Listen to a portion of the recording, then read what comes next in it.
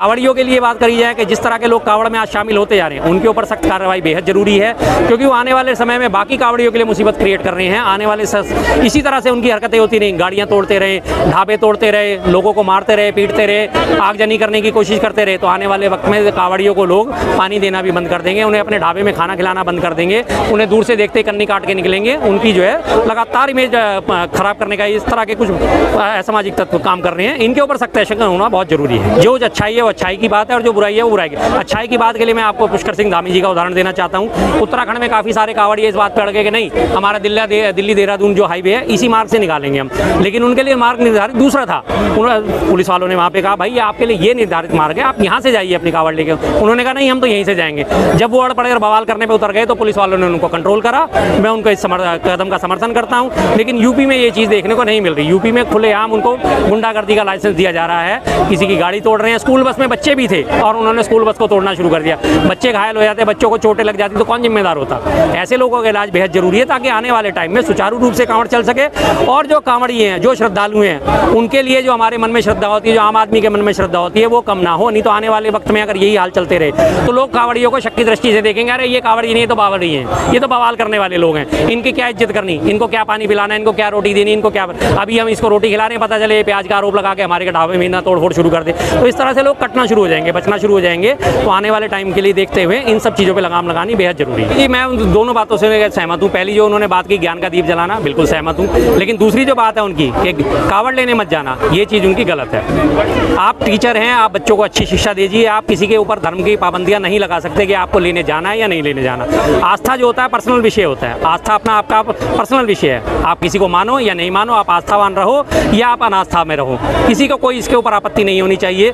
किसी को कोई आपत्ति नहीं है कि नहीं आपको पूजना ही पूजना या आपको नहीं ही पूजना। तो एक शिक्षक होने के नाते उन्होंने जो बात कही कि ज्ञान का दीप जलाना, बिल्कुल अच्छी बात कही, लेकिन उन्होंने साथ साथ ये जोड़ा कि कांवड़ लेने मत जाना, कि कांवड़ ला के कौन है, ये हो गया या वो हो गया। इन चीज़ों को जोड़ना गलत है। और उसके बाद जो FIR हुई है वो उससे ज़्यादा गलत है। FIR उस पर नहीं होनी चाहिए थी, उन्हें 10 या 15 दिन के लिए सस्पेंड करा जा सकता था, लेकिन इसमें इतनी बड़ी ये वो नहीं है, ऑफेंस नहीं है कि जिसके लिए FIR दर्ज करी जाए। सीधी सी बात है, इनमें दोनों पहलू शामिल हैं। चाहे पुरानी हो नहीं हो सर, इससे कोई मतलब नहीं होता। अगर आप मैं ठीक है जी, मैं किसी को कहता हूँ भाई तू पूजा मत कर, मैं कौन होता हूँ किसी को कहने वाला कि तू पूजा मत कर? मैं किसी की आस्था पे पाबंदी नहीं लगा सकता और ना ही कोई मेरी आस्था पे पाबंदी लगा सकता।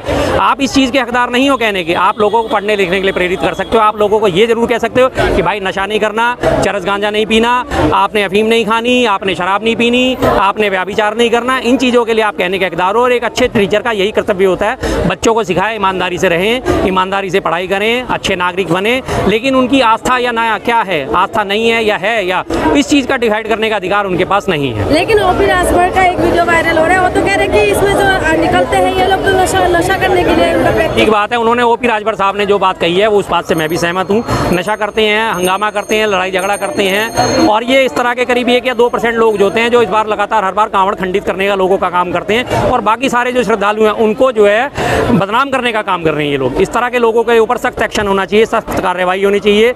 रही बात ओपी राजभर साहब की, तो मैं उनकी बात से आधा सहमत हूँ। सारे के सारे कांवड़िए ऐसे नहीं होते। इन कांवड़ियों के भेष में कुछ बावड़िए शामिल हो चुके हैं जो अराजक तत्व हैं, जो असामाजिक तत्व हैं, जिनका काम कुछ नहीं है, खाली बैठे पड़े हैं, चलो उठाया निक्कर टी-शर्ट डाली, चलो कांवड़ लेने चलो, रास्ते भर वो हंगामा करते जा रहे हैं, मारपीट करते जा रहे हैं। लेकिन इस तरह के लोग जो हैं, बाकी जो सच्चे श्रद्धालु हैं, उनके लिए मुसीबत क्रिएट कर रहे हैं, उनको दिक्कत पैदा कर रहे हैं आगे चल के। लेकिन ओपी राजभर के ऊपर तो कोई FIR नहीं हुआ। ओपी राजभर बड़े आदमी है ना, उनके ऊपर FIR नहीं होगी। बड़े आदमी हैं और साथ में फिर उससे आपको पता भी है कि शासन किसका है, तो उनके ऊपर FIR नहीं होगी। टीचर के ऊपर FIR जरूर जाएगी। टीचर एक आम आदमी है, आम शिक्षक है, तो उसके ऊपर FIR हो जाएगी। यहाँ हमारे देश में 2 कानून लागू होते हैं, जो बड़ा आदमी हो कुछ भी कह के निकल जाता है। पुराना एक उदाहरण देना चाहूँगा, पॉक्सो एक्ट लगा था ब्रजभूषण शरण सिंह के ऊपर, कोई गिरफ्तारी नहीं हुई, जबकि कानून कहता है कि साफ साफ जब किसके ऊपर पॉक्सो एक्ट लगता है उसकी गिरफ्तारी भावी होती है। पहले गिरफ्तारी होगी, बाद में जमानत पे सुनवाई होगी, लेकिन नहीं हुआ।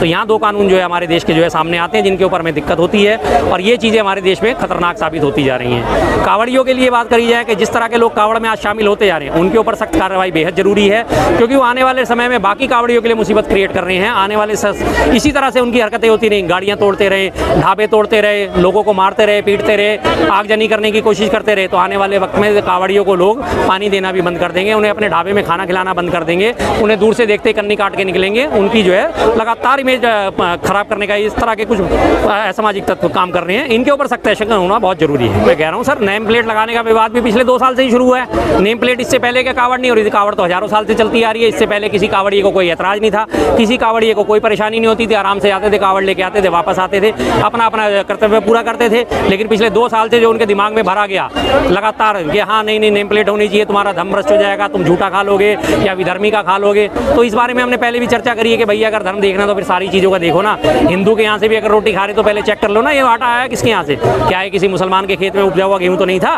क्या इसे लाने वाला कोई मुसलमान तो नहीं था? क्या इसे बोरी भरने वाले कोई मुसलमान तो नहीं था? तो ये चीज़ें बहुत सारी ऐसी हैं कि जिनकी तह में आप जाओगे, जड़ में जाओगे, तो आपको कोई इसमें सेटिस्फेक्शन हासिल नहीं होगा। तो ये बेकार के अनर्गल प्रलाप हैं। और जो शिव का भक्त होता है, भोले बाबा का जो भक्त होता है, वो भोला होता है, उसे भोला कहा जाता है। और भोले को कहाँ मिल रहा है, किससे मिल रहा है, कैसा मिल रहा है, उन चीज़ों से कोई असर नहीं पड़ता। सभी कुछ उसने दिया हुआ है, तो बस फिर इसमें किस तरह की नेम प्लेट, किस तरह का कोई विवाद? जब सब कुछ उसने उपजाया, अन्न भी उसी ने उपजाया, पानी भी उसी ने दिया, फसल भी वही पैदा करता है, अकाल भी वही पैदा करता है, बढ़िया फसल भी वही पैदा करता है, सब कुछ देने वाला ऊपर वाला है। तो फिर हम ऊपर वाले के काम में दखलंदाजी करने वाले कौन होते हैं? कोई नहीं। आपको लगता है? देखिए जी, बहुत सारे लोगों की धार्मिक भावनाएं आया तो मैंने पहले भी कहा इस बात को कि मैं कुछ चीज़ों के पक्ष में होता हूँ, कुछ चीज़ों के विपक्ष में हूँ। उनका जो पहला बात करी गई उन्होंने कावड़ ज्ञान का दीप जलाना, मैं बिल्कुल पूरी तरह सहमत हूँ, ज्ञान का दीप जलना चाहिए। लेकिन उसके बाद जो उन्होंने लोगों को डायरेक्शन दिए कि आप कावड़ लेने मत जाना, ये उनके अधिकार क्षेत्र में नहीं आता, साफ बात है। तो इस बात को अगर लोगों ने बना लिया कि हमारी भावनाएं आहत हो रही हैं, तो हो सकता है उनकी भावनाएं आहत हो। हालांकि मैं इन चीज़ों को भावनाएं आहत होने वाला नहीं मानता, सबका अपना मत होता है। लेकिन एक शिक्षक होने के नाते अपने स्टूडेंट्स को ये बात पढ़ाना उनका कर्तव्य नहीं है। जिस तरीके की छवि धूमिल होती जा रही है लगातार। बिल्कुल, क्या कहीं ना कहीं जो जिस तरीके की छवि दी उसी को लेकर कविता थी, जो कुछ लोग करते हैं इस तरीके का। इसको इससे भी जोड़ सकते हैं। लेकिन मैंने आपसे कहा ना, मैंने दोनों चीज़ों में हमेशा ऐसा नहीं है कि मैं सब कुछ अच्छा ही अच्छा कहूँगा या सब कुछ बुरा ही बुरा कहूँगा। जो अच्छाई है वो अच्छाई की बात है, और जो बुराई है वो बुराई की। अच्छाई की बात के लिए मैं आपको पुष्कर सिंह धामी जी का उदाहरण देना चाहता हूँ। उत्तराखंड में काफ़ी सारे कावड़िए इस बात पर अड़ गए कि नहीं, हमारा दिल्ली देहरादून जो हाईवे है इसी मार्ग से निकालेंगे हम। लेकिन उनके लिए मार्ग निर्धारित दूसरा था। पुलिस वालों ने वहाँ पे कहा भाई आपके लिए ये निर्धारित मार्ग है, आप यहाँ से जाइए अपनी कावड़ लेके। उन्होंने कहा नहीं, हम तो यहीं से जाएंगे। जब वो अड़ पड़े और बवाल करने पे उतर गए तो पुलिस वालों ने उनको कंट्रोल करा। मैं उनका इस कदम का समर्थन करता हूँ। लेकिन यूपी में ये चीज़ देखने को नहीं मिल रही। यूपी में खुलेआम उनको गुंडागर्दी का लाइसेंस दिया जा रहा है, किसी की गाड़ी तोड़ रहे हैं। स्कूल बस में बच्चे भी थे और उन्होंने स्कूल बस को तोड़ना शुरू कर दिया। बच्चे घायल हो जाते, बच्चों को चोटें लग जाती तो कौन जिम्मेदार होता?